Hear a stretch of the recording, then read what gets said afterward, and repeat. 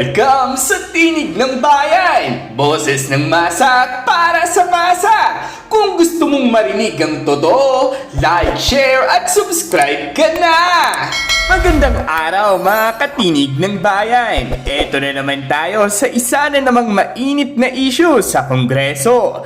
Hindi tungkol sa mismong kandidatura ni Frasco sa speakership, kundi sa desisyon umano niya na hindi suportahan si Speaker Romualdez. Imbes, mas pinili raw niya sina Toby Tiangco at Albi Benitez.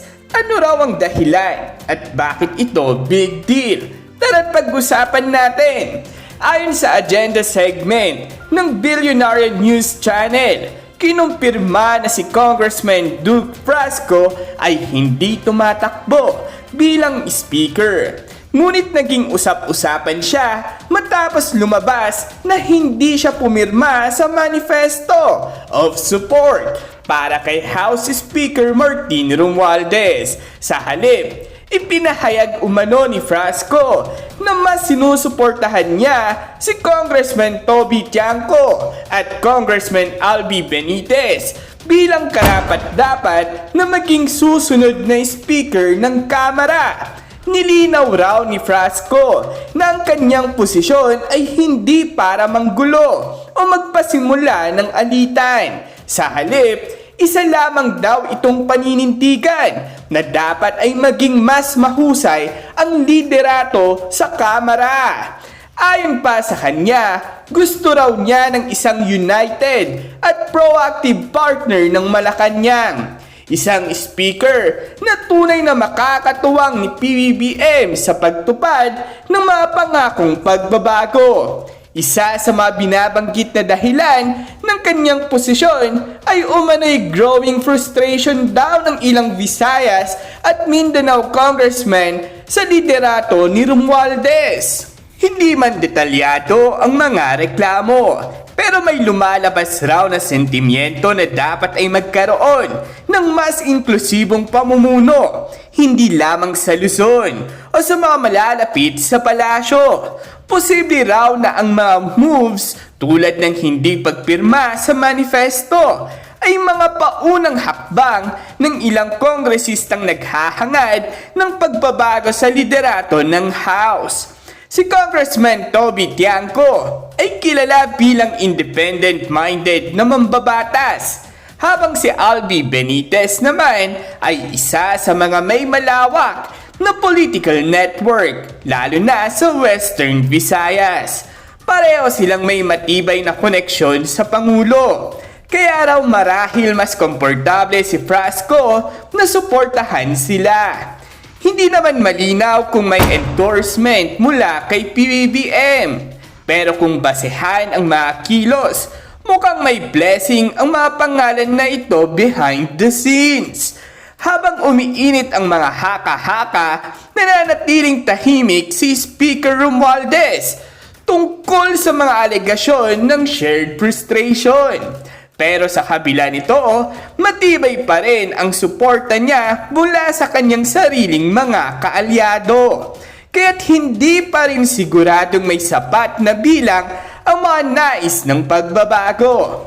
Tanong, will Romualdez maintain his post o dahan-dahan ng pinipitawan ng ilang regional bloc ang suporta nila sa kanya? Sa totoo lang, natural lang naman na may iba't ibang pananaw sa liderato. Hindi kailangan magkaaway para magkaiba ng suportahan. Pero kapag dumarami na raw ang hindi pumipirma sa manifesto, dapat na itong pag-isipan ng kasalukuyang speaker.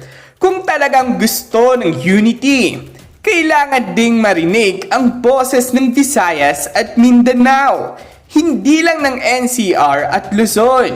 At para kay Frasco, kahit ayaw raw niya ng gulo, naging simboliko ang kanyang hakbang. Isang silent protest nga raw na maaaring may epekto sa mga susunod na buwan.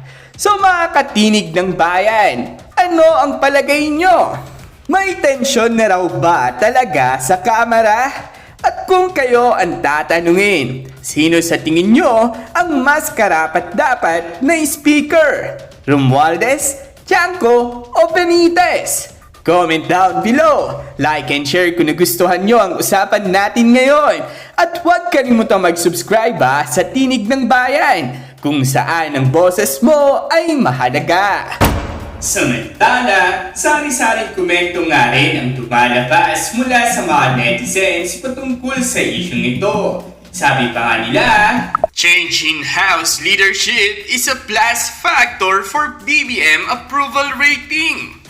Ang gagaling magsalita ang mga trapo. Lasting peace and development hanggang salita lang. Puro mga tuta ni Kokak naglaban-laban for speakership. Bakit ayaw lumaban ni Kong Pulong? Mga katinig ng bayan, ito ang malinaw sa bawat usapin ng pamumuno. Hindi lang posisyon ang mahalaga, kundi ang prinsipyo. Ang hamon ngayon sa mga leader ng bayan, gaya ni Romualdez, Frasco, Tiangco at Benitez, ay ang ipakita kung sino ang tunay na may malasakit, hindi lang sa kapangyarihan, kundi sa mga mamamayan. Kung totoong araw na may growing frustration ang mga kongresista mula Visayas at Mindanao, ibig sabihin lang nito ay may kulang o baka naman may mas maayos pang paraan ng pamumuno. Ang aral dito, hindi lang dapat maging tagapanood ng politika. Dapat tayo'y mapanuri, mapagmatyag, at higit sa lahat, makabayan sa ating mga pananaw. Sa dulo, ang bawat desisyon nila ay may epekto sa buhay natin. Kaya bantayan, alamin, at huwag tayong manahimik kung may nakikita tayong dapat baguhin. Ikaw, katinig ng bayan, sino sa tingin mo ang mas karapat-dapat maging susunod na speaker ng Kamara? At dyan nagtatapos ang usapan natin ngayon. Kung may gusto kang idagdag o reaksyon, i-comment mo lang sa baba. Boses mo'y mahalaga. Huwag kalimutang i-like, share at subscribe para sama-sama natin palakasin ang Tinig ng Bayan. Hanggang sa susunod, tandaan, ang may alam, may laban! Awesome!